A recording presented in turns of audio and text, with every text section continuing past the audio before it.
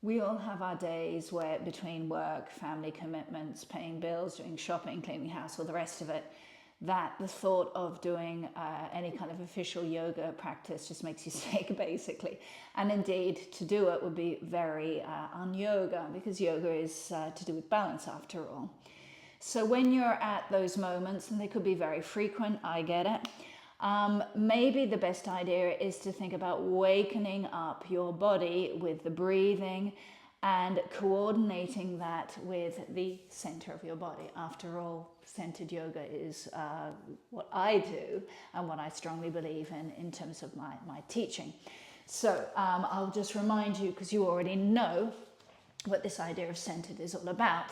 It is focusing essentially on the torso and looking at how the spine is expressed by either the retroversion, so where the pubic bone comes up to the chin, and the pelvis, which is nothing less than a wheel, wheels itself back, and so the abdomen is coming in. And you can see the expression of the spine. The chest is slightly caving in, and the spine has got this kind of Hunchback of Notre Dame kind of idea. And then its counterpart, where the wheel of the pelvis moves forward, and as a result, the chest starts to open up and expand towards the ceiling.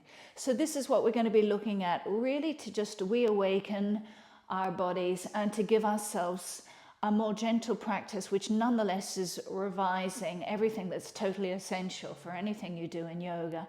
But it does so in a very nice, expansive, wakening up kind of way. So we're going to put ourselves into Sucasana, so cross-legged position. Right leg comes over the left leg. Feet are under the knees, so make sure there is some kind of distance between the hips and the feet. Don't cross your ankles. And from there, you want your pelvis to be neither going forward nor back. So you have got this neutral kind of pelvis. So we're just going to spend a moment feeling this Sukhasana. Activate your feet, separate the toes. So really feel the feet being absorbed into the hips. The hips should be working very strongly. Grab hold of your knees. And then on an exhalation, you're going to use that retroversion. So the pelvis is going to wheel itself back. You're going to get that Hunchback of Notre Dame type of idea, but feel the extension that's coming into the back as a result. Really clasp hold of your knees. Come back any amount. And then observe the breathing. So drink in the inhalation, every now and then sigh out the exhalation, and feel how relaxed you are within. And then really pulling the knees into the hips, we're going to bring the pelvis into an anteversion direction. And that means that our chest comes forward and up towards the ceiling. Your elbows will be bending now as you keep on pulling the knees into your hips. And remember to keep the feet nice and active. Obviously, if sitting in Sukhasana, this cross-legged position, is a problem, please remember to put bricks or a pillow, whatever height is needed, because some of us have a bit of difficulty in that open-legged hip movement. And it's your chest that expresses that anteversion of the hips, not your head. So your head can remain relatively neutral. And again, exhale. Cling on to your knees for dear life. Get that hump going. Relish it. Feel what it does to your chest, to your belly, to the organs of your belly. And then observe your breathing. A lot of us just, without even realizing it, stop breathing. So now focus on that and nothing else. And then with the wheel, i.e. your pelvis coming forward, the anteversion, we bring the knees strongly with our hands into the hips. And that chest moves forward and up. Your head does very little. Feel this extension in the center of your body.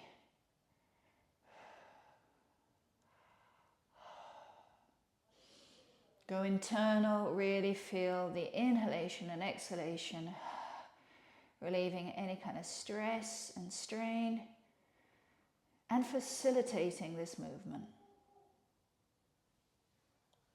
Then what you can do is just come for a moment into Dandasana, stretch your legs out, toes pointing out to the ceiling. If this is hard for the legs, as per normal, just bend your legs any amount, but don't get that chest coming back. It's got to remain 80 degrees between thigh and the front of your body. And at all times, have those toes moving up towards the ceiling.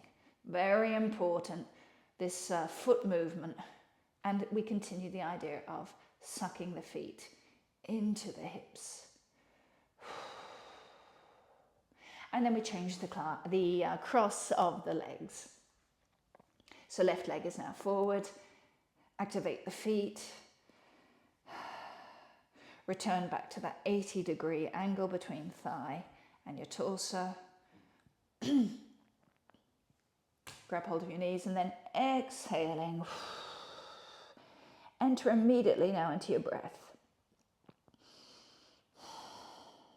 And enjoy. But then ask yourself why this is just so juicy.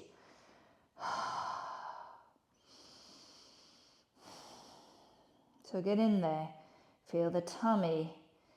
Feel the pectoral muscles. Feel the shoulders. Feel the hands. And then with the anteversion of the hips, we roll them forward.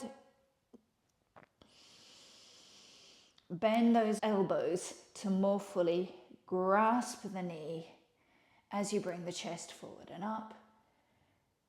Activate the feet. And again, go back to your inhalations and your exhalations. And feel the benefits. Breathe into the benefits of this exercise based in Sucasana. Keep your shoulders nice and relaxed. Exhale back into the retroversion. So arms are really straight because you're trying to bring that pelvis almost to the ground. So you'll need as much length and distance as you can from the knees. Keep your feet active. And then pulling the knees into your hips. We realize the anteversion movement of the hips, which in turn becomes expressed through your spine, your belly, your chest. And breathe into this expression.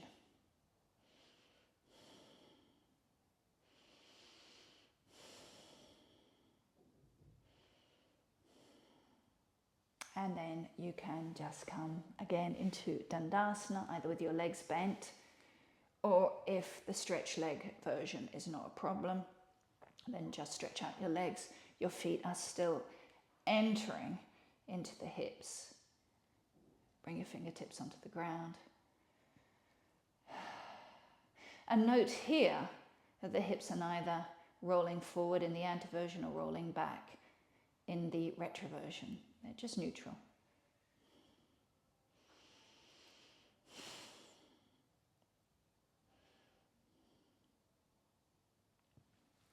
So we're going to do the same thing, but in Vajrasana.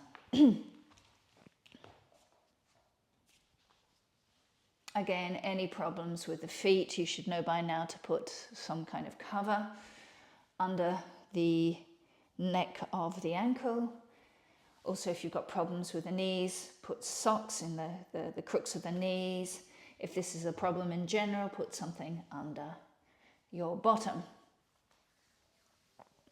And we're going to grasp the knees also here. And immediately we're going to have to inject some kind of little anteversion in order to reach the knees. So just feel that already in place before you start. Squeeze the knees and thighs together. Really grab hold of the knees. Bring that chest forward and up. Keep squeezing the thighs. And then again, retroversion. Exhale. We're going to bring that back as much as we can. So although it's the same stretch, it still feels different. Watch the breathing. Enter in.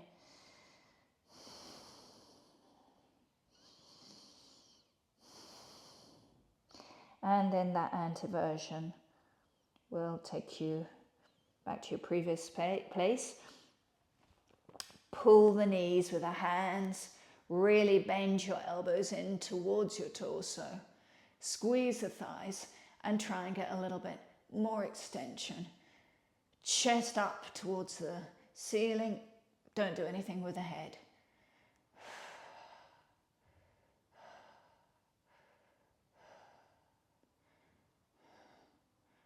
And then once again, exhale.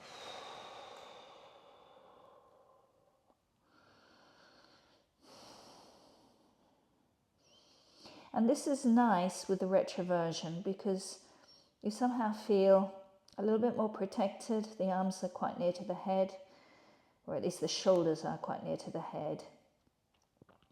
So it's a little bit more intimate, private, this expression of the back.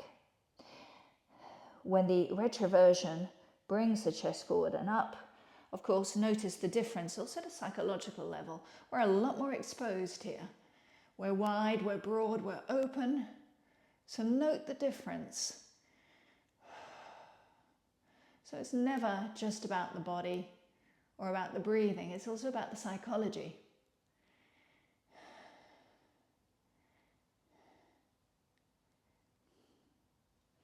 And then just come back into Vajrasana. Now we're going to do that again, but I wanted to add into this mix and match of movements a forward bend over into Vajrasana number 2. So if you find that easy, you can bring your head right onto the ground. If this is difficult for you like it is for me, then you just stay wherever you are. But it's the same thing. So we're going to be coming back like so, then forward, but then we're going to keep on pulling the knees into the hips as we bring that expanded chest, the solar plexus moves forward, down towards the thighs. When we're down as far as we can, we're going to inject the retroversion, which as you can see is not only going to bring me back, but it's going to bring me up, like so. So there again, I'm back. Anteversion brings me up and forward, up and forward, up and forward, down, and then the retroversion brings me back. So that's the kind of cycle. Again, very kind of juicy, wake me up kind of movement. Let's go. So we can start off with the retroversion immediately. Really grab hold of your knees. Exhale. With the anteversion, we're going to bring our chest forward and up. And keep that going. Squeeze the thighs, squeeze the thighs. Until you're down as far as you can or as you want. And then the retroversion kicks in and brings us not only back but up. So do this really nice and slowly. Exhale, bringing the chest forward through the arms. Anteversion, of course, making that possible. And then exhale, and we bring that extended open chest as close to the thighs as we can manage. And then the retroversion brings us back. Stay there for a moment, a couple of breaths. Then the chest comes through, up towards the ceiling, bend the elbows, and bring it all the way towards the chest. And then retroversion. And then we can just come back to being neutral. Spend a moment feeling. I want to continue looking at this retroversion, anteversion, and its connection with the spine by looking at something that I'm sure you've done a zillion times, both at school and maybe in gyms and all the rest of it, and that is the sit-up, essentially. So I'm going to do it really, really slow so we can look at the retroversion in action. Some of us have a lot of difficulty with it, and I swear it is just simply because we haven't got the pelvis right. So have a look. When I'm down like this, I've got a pelvis that's pretty neutral, yeah? Maybe slight retroversion back. It depends also on our body. And then when I come up, I have got to get that wheel moving more and more forward, more and more forward, more and more forward until I'm up there, like so, yeah? And then when I want to come down, I've got to get the retroversion helping me to come down. This is where we tend to lose it. So when we're at this point and we're thinking, oh my word, I can't hold it, just think of the pubic bone which moves up towards the chin. So when we come forward, it's the anteversion. When we come back, it's the retroversion. And it should be accompanied by an exhalation going forward, an exhalation coming back, and in between those moments, just breathing in. Make sure your throat is lovely and open. Let's have a go. So when you want, throw your arms forward as you bring the anteversion. Like so. Spend a moment bringing that chest not only forward but up towards the ceiling. You should be feeling your hips working enormously at this point. And then the retroversion, leaving your hands forward because that can help with the counterbalance of weight. And then the more you come down, the more it's going to be tricky not coming down with a thud. So use the idea of the pubic bone moving up towards your head to help you. And then let's do that again. So exhale. We come and sit up. Solar plexus moving up towards the ceiling. And then on the next exhalation, the retroversion brings us with control down, thinking of the pubic bone sliding up towards the head. Again, exhale. Anteversion of the pelvis. Solar plexus moving up. Retroversion, exhale, bringing us down. Inhale, exhale, throw the arms forward to help you come up. Anteversion, really bring the wheel as forward as you possibly can. And then the retroversion just takes us down. And then maybe we can have a bit of a break. Place the hands on the belly. Sigh out.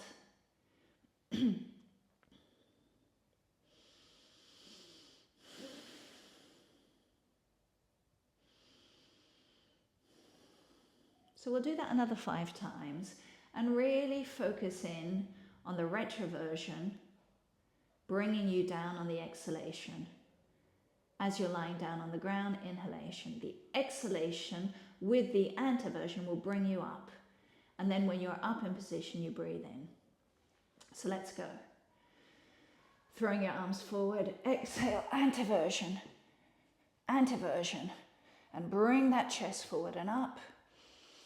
And then on the exhalation, we can slowly come down with the retroversion. Breathe in when you're down. And again, exhale, come up, anteversion, bringing you up. Feel nice and tall. And then exhale, come down. Exhale, come up. Feeling tall again. Retroversion bringing us down on an exhalation. Exhale, coming up.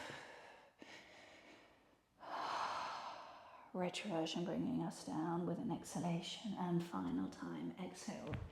Anteversion bringing you up. And then the retroversion, just bringing you down. Put your hands on your belly, feet on the floor, legs bent. Sigh out at least once.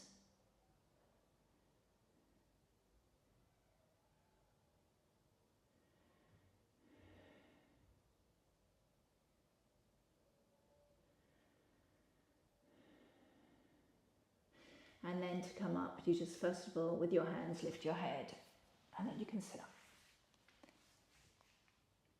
We'll do an extended version of that now, having a little bit of fun.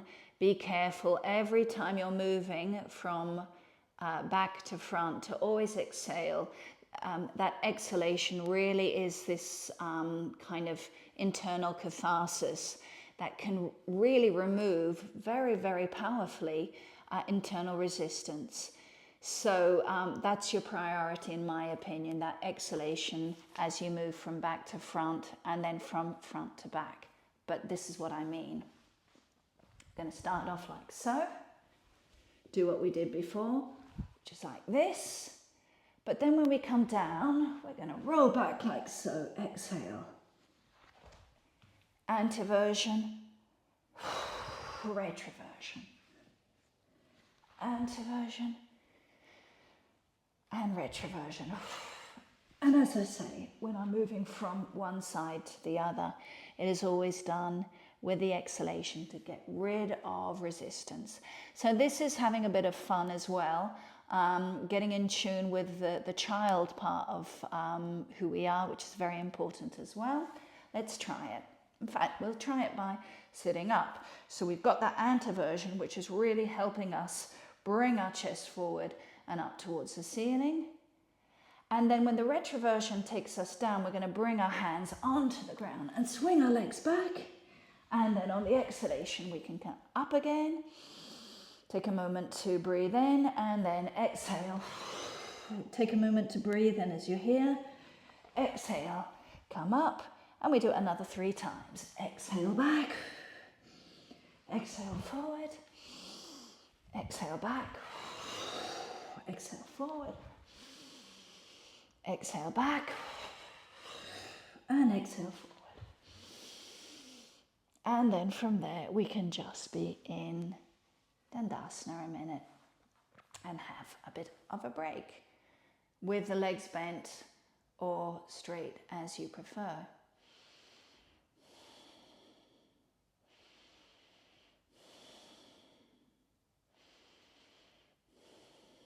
And we'll do that another 5 times. So starting up with the anteversion. And as I've already said, sitting quite tall. And then exhale, we come back. Exhale, forward. Exhale back. Exhale forward. Exhale back. Exhale forward. Exhale back. Exhale forward. Exhale back. Exhale forward. And I've lost count. I think this is the last time. Exhale back. Exhale forward. And then Dandasana.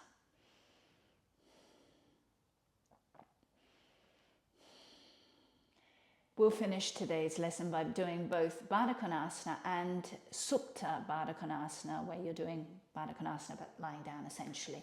So Baddha konasana, you have both your feet together like so. I'm going to put myself onto the side because in Baddha konasana it is requested that anteversion movement. So try and have your feet relatively close to your pelvis. The heels don't need to touch. In theory, if you're a yogi and you've been practicing for 10 years, 10 hours a day, probably you can. But for most of us, you can't. It's not possible. So just be happy with where you are. Again, if you need something under the pelvis, because this is too strong a stretch on your inner thigh, it's absolutely fine. Now, in the first instance, as I said, we really need to watch that anteversion because most of us are doing this, myself included. So we can actually, by activating the feet, pushing the feet in towards one another, we can pull the ankles using our hands so that our chest starts to move forward through the arms themselves. And then on subsequent exhalations, we can start to bring the knees a little closer to the ground if they want to go. If you're uncomfortable with your hands on your ankles, you could grab hold of the toes. And again, think about the chest moving forward and up, forward and up, forward and up, forward and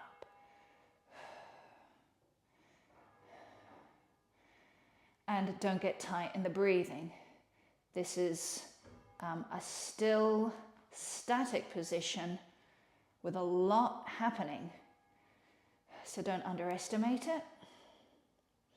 And then we can also kind of do a game where we release the hands and try not to collapse. Now, if you collapse immediately, go back to just grabbing the toes, bringing the chest through the arms again. And feel that anti-version helping that chest action, that back action, yeah? And then try it again. So you really need to push your feet together and compact your hips as you start to not use your arms, your hands anymore, and to see how that goes.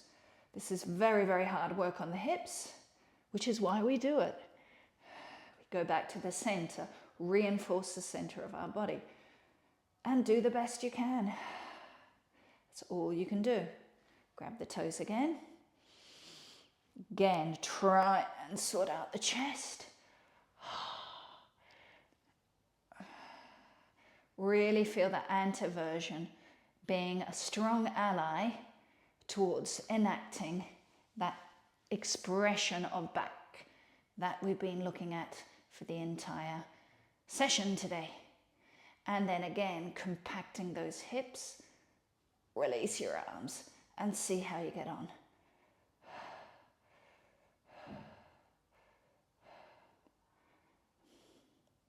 Okay, and then from there we're going to take our fingertips and bring them behind our bottom.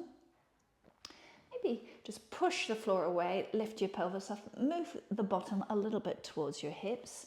And then the retroversion is now going to take effect. Move slightly forward, like so. And from there, I can lie down in Supta Baddha Konasana. Spend a moment getting comfortable. Maybe double check that you are symmetrical. You could experiment by placing your arms in different positions. Could be that you want to have your hands on your belly. Remember that lower belly should be sinking down. You should not be arching too much in the lumbar area at all. If you are arching there, that means you need to put more of a retroversion. And that's to really safeguard your lower back. You could decide you want to have your arms to the side or behind your head, or at right angles to your body, wherever you feel is your thing.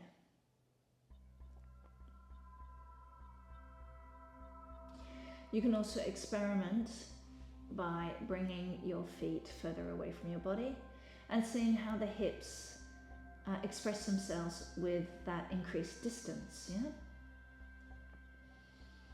What's the effect on the hips?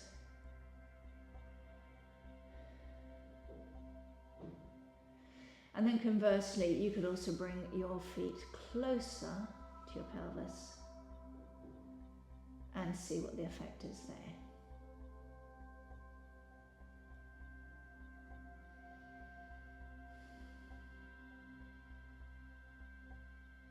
And then above all, just start to release